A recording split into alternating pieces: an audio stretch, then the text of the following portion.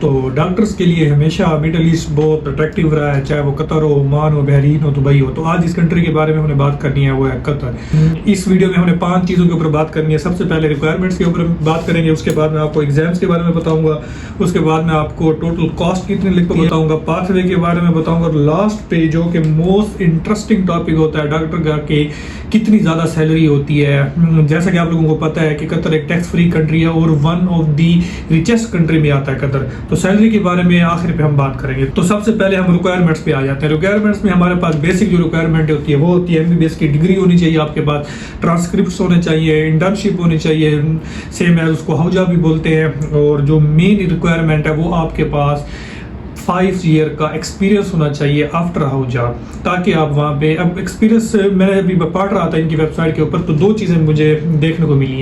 अगर तो आप फ्रीली वहाँ पे कतर में जाके काम करना चाहते हैं कि आपके पास किसी की सुपरविजन ना हो, तो आपके पास मिनिमम 5 साल का एक्सपीरियंस होना चाहिए। नहीं, अगर आपके पास 3 साल का एक्सपीरियंस है तो आपके ऊपर फिर एक सुपरवाइजर होगा, सुपरवाइजर के अंडर आप लोगों ने काम करना है। अगर आपके पास 3 साल का एक्सपीरियंस होगा, लेकिन वो प्रेफर फिर भी 5 साल वाले एक्सपीरियंस को करते हैं। मिनिमम 5 साल होना चाहिए एक्सपीरियंस कतर के लिए।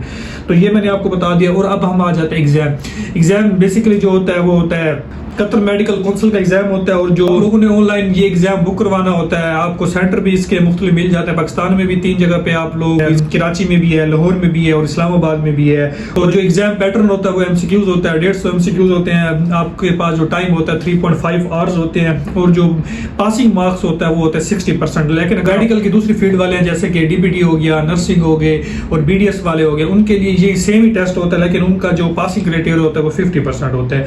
और जो एक और टेस्ट आप लोगों को चाहिए होता है वो होता है आइट्स या टोफिल। तो टोफिल आइट्स में भी मिनिमम आपके 7 बैंड्स होने चाहिए।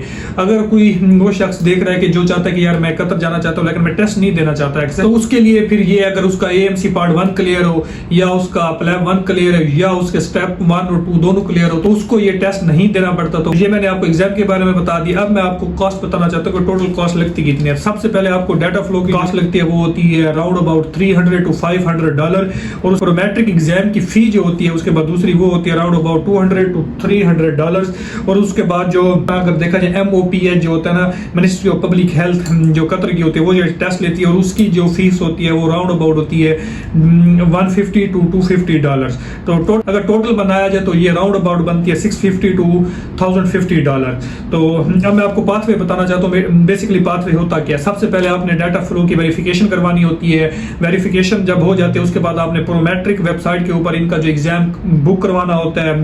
सेंटर मैंने आपको बता दिया, पाकिस्तान में 3 सेंटर है, इंडिया में भी बहुत से होंगे, बांग्लादेश में अगर कोई ये वीडियो देख रहा है तो वहाँ पे भी बहुत सारे सेंटर्स हैं, वो भी आप देख लीजिएगा। और जो उसके बाद आप लोगों ने जॉब ढूंढनी होती है। पहले सुनने में आता था कि ऑनलाइन जॉब्स मिल जाती थी, लेकिन जो सैचुरेशन होती जा रही है, जॉब ढूंढने के लिए भी आप लोगों को वहीं कतर जाना पड़ता है, तो फिर जाके आप लोगों को जॉब मिलती है।